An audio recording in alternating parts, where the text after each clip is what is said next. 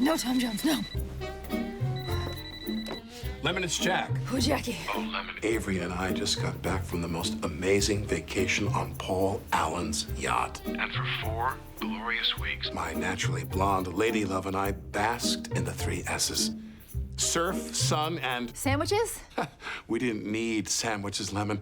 It was so warm you could pick fully cooked lobsters out of the water. sheer bliss. Avery Is the most perfect woman ever created. Like a young Bo Derek, stuffed with a berry Goldwater.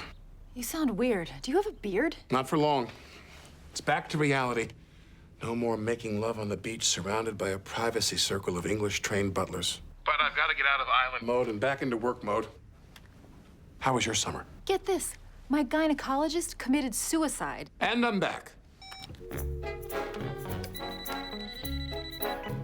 Carol! Hey, Lizzie, I'm about to take off. I'm in Lambert, St. Louis, and I can see the arch from here.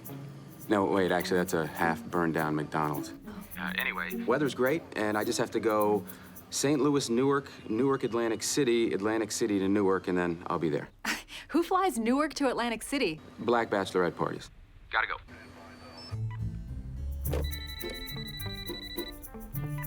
Hello? Yo, I'm calling to say that I'm giving you 110% this year. I'm relaxed. I'm focused, and I'm gonna be churning out the good stuff like you've never seen. That's great, Tracy. Oh, I missed out. I thought I was calling my nutritionist. Goodbye. Okay, season 5, here we go. Ah, I see you opened the scotch NBC sent us that week we came in 3rd. I'm guessing your meeting went well. Home run, Lemon. And speaking of baseball metaphors, I see that someone got to first base, which is what I consider sex with a stranger. Okay, fine. I had a one-night stand, and it was not the worst. And maybe you're right. I shouldn't give up just yet.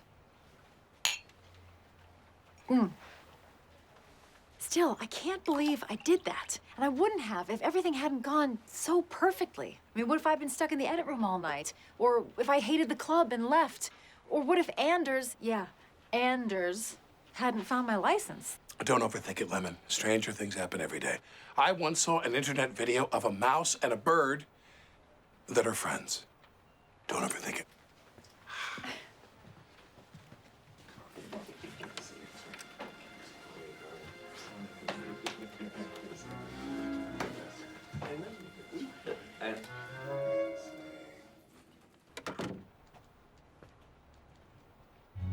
Gasp. Last night, a repulsive act occurred at a hotel in Midtown.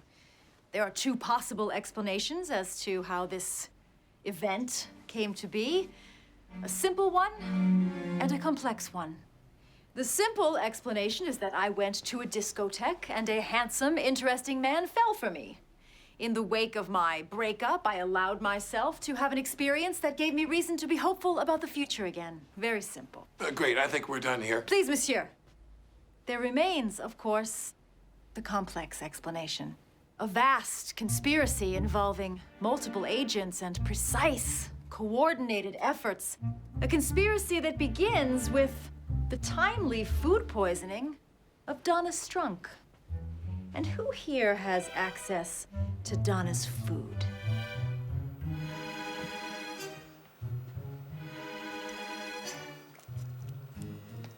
The second peculiar event, I lose my license, allowing it to be found by a handsome stranger.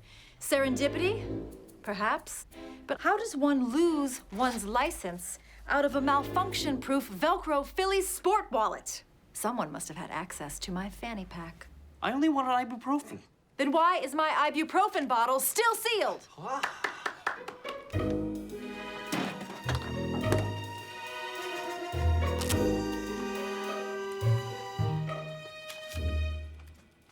And then there's the matter of the wine. 4 glasses, and yet I was wide awake. Was my uncharacteristic energy perhaps due to the giddiness of the evening?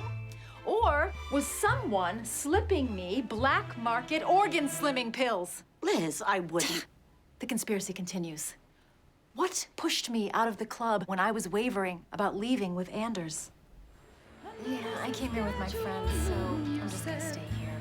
Let's put the baby up for adoption.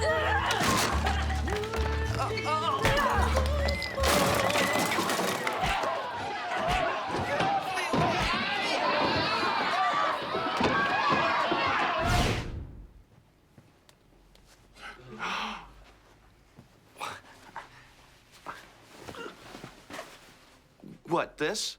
I got hit by a bird on a roller coaster. Even the club was strange, almost as if it had been designed specifically for me. But who has the resources and the connections to create a Liz Lemon-themed club in one day?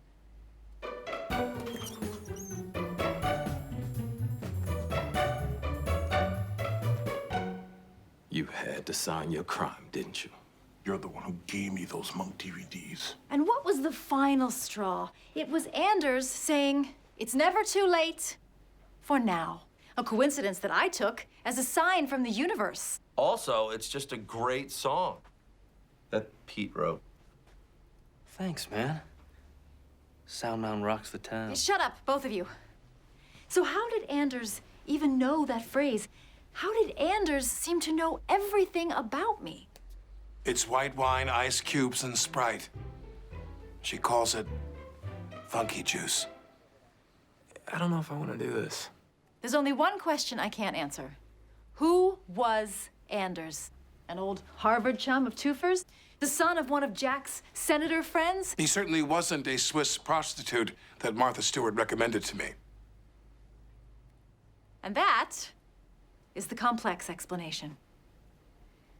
Of course, such a conspiracy would require a group of people who knew me so well and cared about my happiness so much that it's impossible to believe.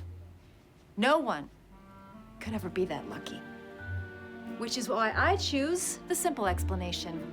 I choose to believe that last night Liz Lemon went out, got some, and felt good about it. And so I say goodbye to spinsterhood. Goodbye to giving up and to, oh God, a hawk got her. Lemon, you look terrible. And I once watched you eat oysters while you had a cold. We had him, Jack, and we lost him. So Kenneth and I had to spend the rest of the afternoon trying to think like Tracy. I ended up eating a swordfish dinner at a strip club, and Kenneth grabbed a cop's gun and shot a blimp. Let me help you. I am unstoppable today. If it'll make it any easier, imagine you're telling your story to Reagan himself. Well, Liz, will you tell the Gipper your sexual story? Mommy? I was 9 years old. I was roller skating in the house, which was absolutely forbidden. I was skating down the hallway on top of the world with my new skates and my new haircut, which everybody thought was a Dorothy Hamill, but was actually a Pete Rose. Anyway, I needed to go to the bathroom, but the door was locked. My recently divorced aunt had moved in with us, and I was sharing a bathroom with her. To be prepared, I tried to take my underpants off over my roller skates. I slipped, and as I fell, I pulled down this poster of the singer Tom Jones that my aunt had put up. My mom heard the noise and ran and found me, squirming under the Tom Jones poster with my underpants around my ankles. It didn't look good, Jack. She thought I did it on purpose. And she didn't say a word. She just went in my room and took all my posters. Grizzly Adams, Larry Wilcox, Han Solo, Tug McGraw, Mike Schmidt, Kermit, Gunther Gable Williams. She took all the people away, Jack. Sex makes the people go away.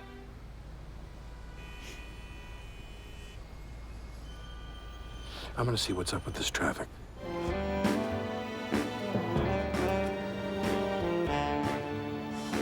Mommy, what's that?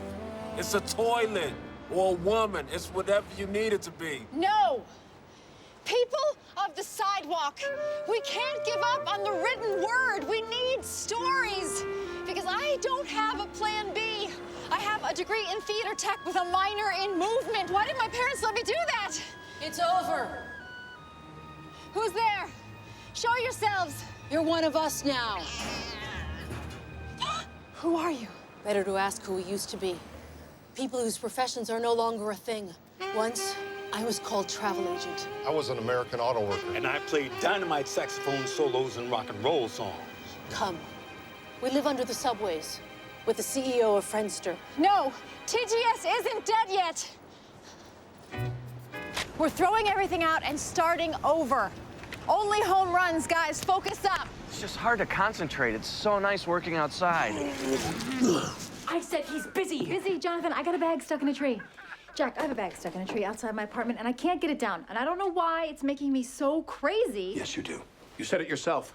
And it's not just about a bag or a view. It's about taking charge of your life and solving problems. I'm facing a similar situation myself. Lay it on me. Two-way street. Avery has been kidnapped by Kim Jong-il. What? Why? Is she a spy? Oh, my God. I already know too much. Kim Jong-il runs a vast propaganda machine. Evidently, his latest insane idea is to bring in a Western journalist to report on how the free world is being conquered by North Korea. And in food news, you've had enough to eat today. Now here with the weather is Johnny Mountain. North Korea, everything sunny all the time, always good time. Beach party. Back to you, Adsit. You have to call President Clinton. He got Lisa Ling's sister out of North Korea. President Interbush is out of the question. Avery will never accept his help. She can't forgive him for not hitting on her during the 1996 Democratic Convention. She's much too thin. I do, of course, still have some connections, but my best bet is fraught. I never should have broken up with Condi via text message. You broke up with Condoleezza Rice by text? Me plus you equals frowny face. Yeah, you can't call her. I know, but I am going to solve this, just like you are going to solve your equally important bag in a tree situation. Invictus Lemon.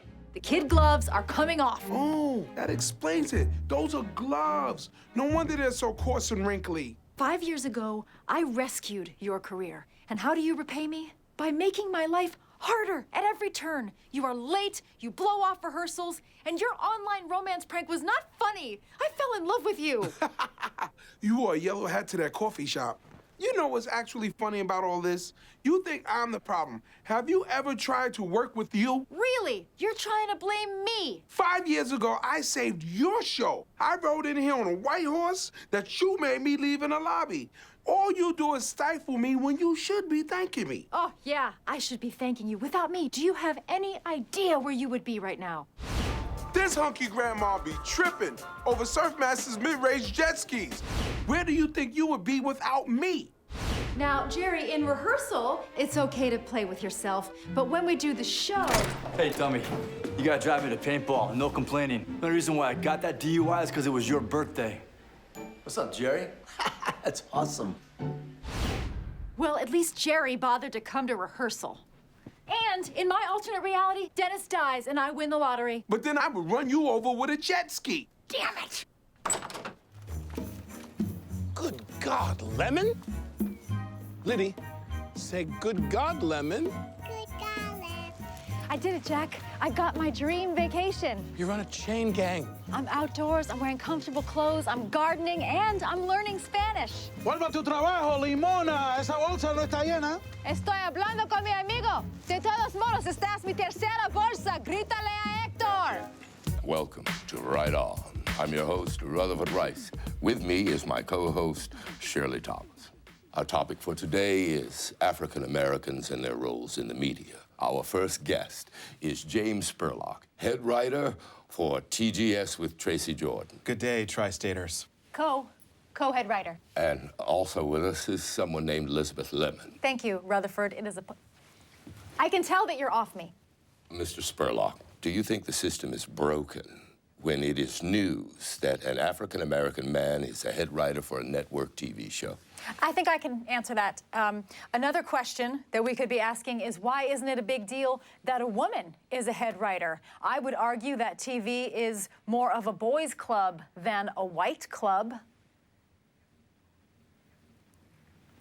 I like your dress. Do you have to wear a bra with it? I'll let you get back to Twofer. Who's Twofer? I don't know. James, when people think of TGS, they think of Tracy Jordan, Jenna Maroney, the mysterious crew deaths, the Angela Lansbury lawsuit. What they don't think of is you, working long hours late into the night, giving up any semblance of a life. Well, James Spurlock, you can finally take your bow. You are Right On's Author Ash of the Week. Okay, you know what? I get it. I shouldn't be here. I should have realized that when I saw the masks and the picture of Black Jesus. That's me in college. Alrighty. All right, I said I was leaving. You don't have to have your boss come in. It's a security guard. That's not great. Hey, Angie. What are you doing? I'm sorry, I'm not about to cancel my hair appointment with DeFawn because I'm your new intern. You need to light some incense in here. Okay, hang on. Who said you're my intern? It was Jack's idea. I have to start a career. But I'm gonna need next week off to go skiing. What? Okay, I see what this is. Jack's messing with me. We're having a little fight, so he sent you here. Excuse me, how is my being here messing with you? Do you have a problem with strong black women? No! Don't you see? That's the kind of exchange Jack wants. Angie, an intern's job is to do things like make copies and run errands. So I'm like your servant? No, because you're not being paid. You're really more like... Oh, boy. Look, Angie, you don't want to be an intern. Don't tell me what I want. And I don't really have time to mentor someone right now, so I don't think this is a good idea. I don't understand. That white girl just fired you. Wow. If only Tracy were here, he'd be like, damn, woman, I want to make love to your neck. Don't do impressions of other races. Roger that, Angie. But you know what? I'm still smart enough to know that I'll never do better than you, Liz Lemon. Because you're a cook in the bedroom and a whore in the kitchen. Would you talk like that to your mother or your daughter or your surgeon? Just because my friend is blonde and never closes her mouth fully. Hey, I wasn't talking to her. I was talking to you, Glasses. I bet you have specific infected penis. That's never happened to me before. Well, I'm not surprised. Not because you're not cute. You are, like a pretty refugee on the news. It's because you've always put out this negative energy. But now that you're with someone, you're happy and confident. Guys can sense that. Confident, huh? So can I finally wear that cowboy hat I bought at Kiss FM's Lake Jam 97? The point is, being with someone makes people want to be with you. You know, when it rains, it pours. Hey, I want your feet in my mouth. When it rains, it pours. Hello, miss. My name is Ricky. I'm Dorothy Michaels. And you don't look stupid in that shirt at all. What do you gentlemen do? We work for the FBI. Female body inspectors. Tell me, was your father a donkey herder? Because that ass No. My father worked at Philadelphia Power and Light. It's me, your daughter, Elizabeth Lemon. Elizabeth, what are you doing? Ugh, this woman's trying to hit on her own father. No. Good people of Swingles, hear me out. My married 80-year-old father is taking a gentleman's intermission. That's a great name for what I'm doing. Just what are you trying to accomplish with this stunt young lady? I am trying to show you how disgusting you are. No, you're the disgusting one. Yeah, that was a terrible plan. Come on, Garrett. Let's go hit that bar with the cool rainbow flags. I just feel like sometimes men aren't totally honest with me. Come on. Well, for starters, everyone I ever dated in high school turned out to be either gay or a girl dressed as a guy to get a journalism scholarship. My own dad tried to secretly cheat on my mom, and I thought their marriage was perfect. And of course, there's Santa Claus. Okay, talk about that. When I was 7, I asked for a CB radio for Christmas, so I could track gas prices around the state for a cool chart that I was making. We'll get back to that later. When I didn't get it, my dad blamed Santa Claus. Well, Santa made an enemy that day. And the next year, when he returned to the Schuylkill Galleria, so did vengeance. Oh.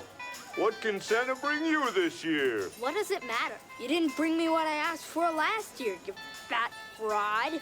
You're a bigger disappointment than our current president, Jimmy Carter. I am a fraud, little boy. My wife still thinks I work at the bank. I guess Santa Claus was the first man to ever betray me. That must have been difficult. It was.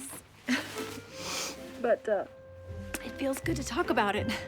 Thanks. Miss Lemon, there's a reason God gave us 2 ears and only 1 mouth. Listening is twice as important as talking.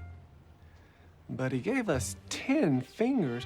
He must really want us to poke things. Poke. Pregnancy photos are so tacky. They're like those knockoff bags you get in Chinatown. Really? I like my Proud Art bag.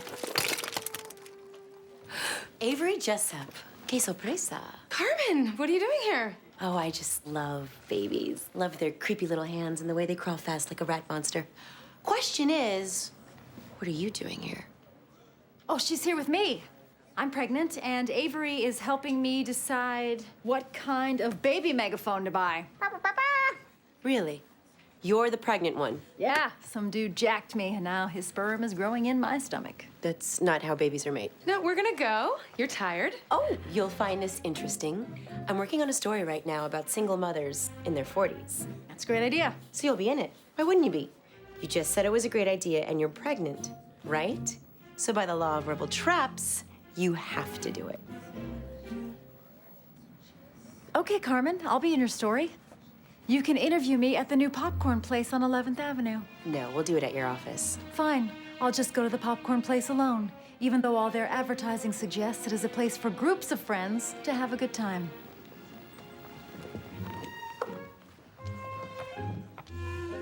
You know what sucked about my last lesbian orgy? Right in the middle of it, one of us had to get up to go use the bathroom, and then we all had to go. Okay. There's something everyone here needs to see. Abby, you might want to sit down for this. Yeah, come sit on my Strike-of-us. On a chair. Come on, Sue. Abby, this is for your own good. Open apple, tough love time. Has anyone ever actually had a good time at brunch? You know? Is that you? I don't know where you found that, but I am taking it down. That's what she said. Okay, first of all, Steve Carell owns That's What She Said. He owns it. And second of all, it's time to stop hiding. A young person helped me online post this on joanofsnark.com. You stupid, meddling bitch. Yes, there's your real voice. There's Abby Grossman. To quote Eleanor Roosevelt, "We are..." Do you understand what you've done? You have signed my death warrant. How's that now? My ex-husband is gonna see this, he's gonna find out where I am, and he is gonna try to run me over with his car again. I changed my appearance to get away from him. Oh, because I thought it was like pressure from society. You're right, Liz. I was hiding from a man who went insane after being electrocuted while watching Sleeping with the Enemy. I was cut out of that. And yeah, I am desperate for male attention because I feel safer having men around in case Troy comes back. That is why I slept with Lutz. And I shall protect her. Is there an Abby Flynn here? That's her, Troy! I'm on your side. Get her! Jeez, Lust, it's the UPS guy. Okay, I think we all owe Abby an apology. Oh my God, it's from him.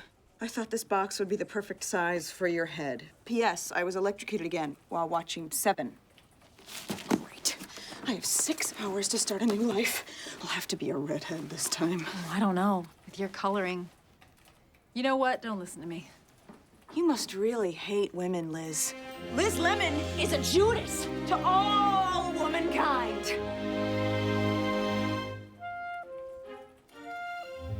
You know, usually everyone around here makes me feel like Hitler.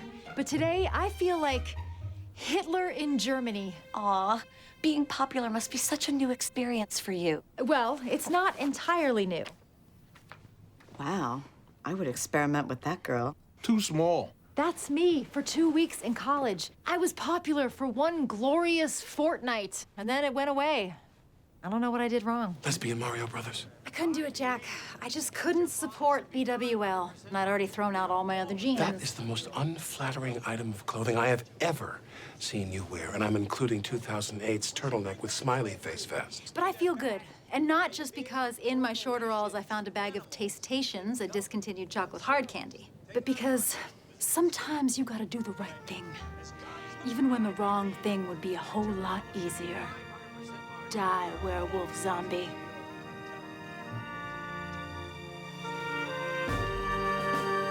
God,